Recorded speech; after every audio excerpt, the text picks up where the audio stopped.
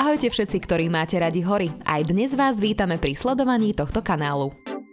Dnes si to vyšlapneme na Kráľovú holu A zastavíme sa na chate pod týmto vrchom. Nocľah si dáme v penzióne Drevenica.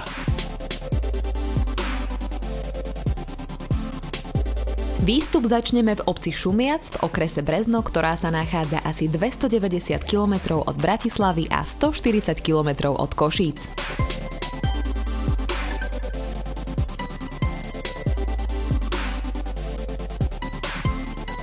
Kráľovohorské Tatry sú súčasťou Nízkych Tatier. Od Ďumbierskych Tatier ich oddeľuje sedlo Čertovica a údolia riek Boca a Štiavnička. Okrem okolia turistických stredísk patria skôr k menej rušným pohoriam. A to aj napriek tomu, že Nízke Tatry sú po vysokých druhým najnavštevovanejším pohorím Slovenska. Väčšina turistov sa sústredí okolo Kráľovej holy, prípadne z nej začína alebo končí hrebeňovku Nízkych Tatier.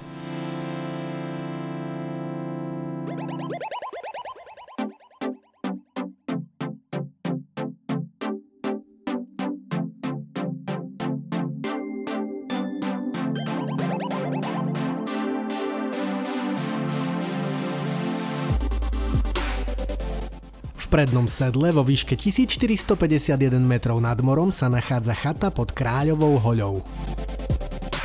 Leží na modrej turistickej značke približne v polovici výstupu. Chata bola pôvodne obslužnou budovou vysielača na Kráľovej holi a bol v nej zaparkovaný ratrak. S nástupom automatizácie stratila význam a postupne chátrala. V roku 2015 chatu odkúpili a začali s jej rekonštrukciou miestni športovci. Bránu nahradili veľkým oknom, urobili nový vonkajší obklad, podlahy a vymenili omietky. Plechová strecha dostala nový náter a solárne kolektory. V júni 2018 bola slávnostne otvorená. Chata je otvorená celoročne, poskytuje nocľah pre 6 až 8 ľudí, prípadne k dispozícii podlaha jedálne. Nocľah si treba dohodnúť telefonicky, najlepšie v početnejšej skupine. V dennej ponuke sú pivá, polievky, párky a klobásy. Chata má WC, aj sprchu a je zavedená pitná voda.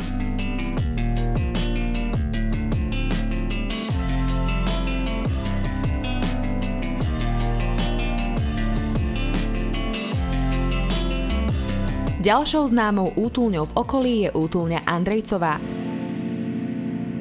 Je dostupná za 2,5 hodiny z nedalekej obce Pohorela alebo pohrebený za 3 hodiny z Kráľovej holy. Zmestí sa do nej v krajnom prípade až 30 nocľažníkov, ktorí prespávajú vo vlastnom spacáku. Nájdete ju otvorenú celoročne, nie je v nej elektrina a v sezóne je k dispozícii aj menšia ponuka občerstvenia.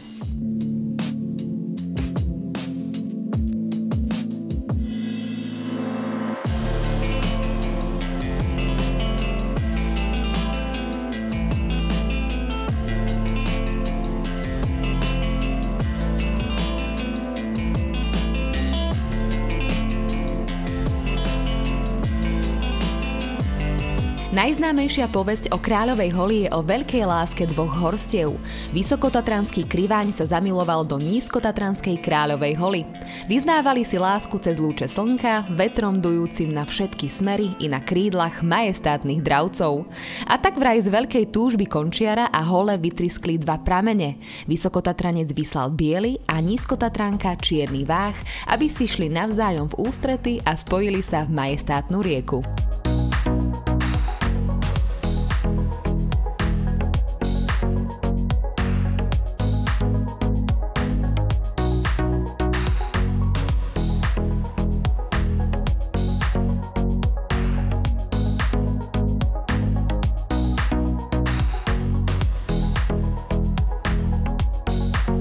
Kráľová hoľa patrí k najnavštevovanejším vrchom Nízkych Tatier. Poskytuje jedinečný výhľad na všetky najvyššie slovenské pohoria. Kráľová hoľa má výšku 1946 metrov nad morom. Za dobrej viditeľnosti vidno vysoké aj západné Tatry, celý hrebeň Nízkych Tatier a hore Hronie.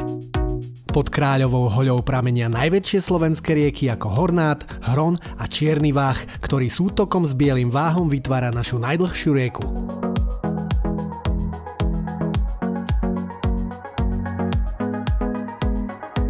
Vysielač na Kráľovej holi má výšku 137,5 metra a je konštrukčne podobný s vysielačom Krížava na Veľkej lúke nad Martinom.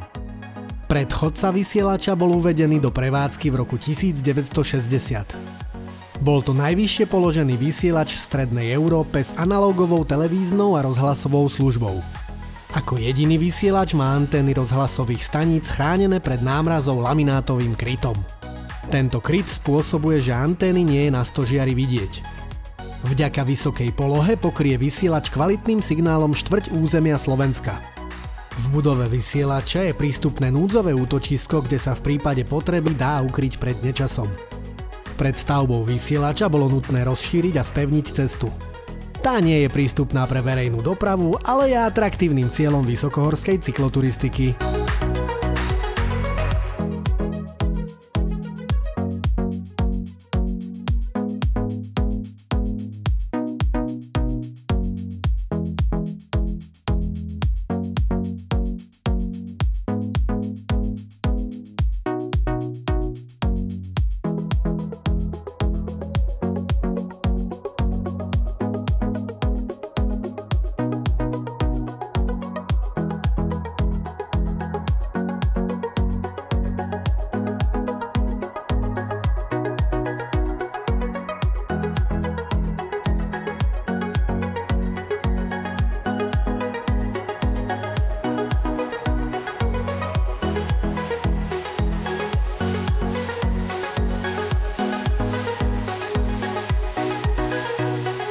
Nocľah v tejto časti bude v penzióne Drevenica v obci Šumiac.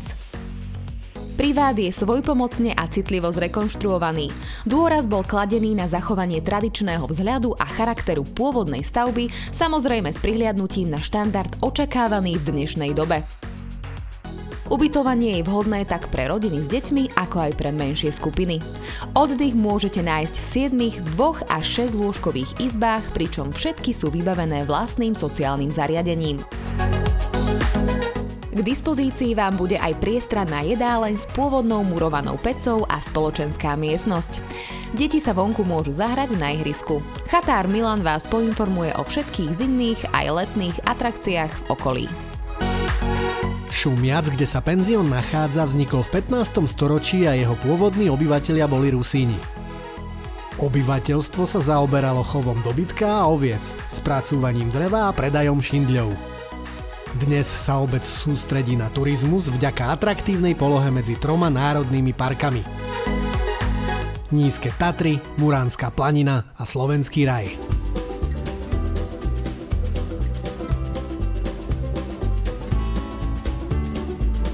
Na záver videa navštívime nedaleký Chmarošský viadukt, ktorý je súčasťou železničného diela Telgárdská sľučka. Ide o naše najnáročnejšie železničné technické dielo. 9 oblúkov viaduktu s dĺžkou takmer 114 metrov a výškou 18 metrov pretína Gregorovu dolinu. Na trati je celkovo až 281 mostov. Na 94-kilometrovom úseku sa tiež nachádza 9 tunelov. Ten Telgárdsky je postavený v špirále s dĺžkou 1239 metrov a s polomerom oblúka 400 metrov. A to je z Kráľovoholských nízkych Tatier na teraz všetko. Ak sa vám video páčilo, napíšte komentár, nezabudnite dať palec hore a začnite kanál odoberať. Dúfame, že video je pre vás inšpiráciou na vlastné aktivity vonku. Ďakujeme za pozretie a tešíme sa na budúce.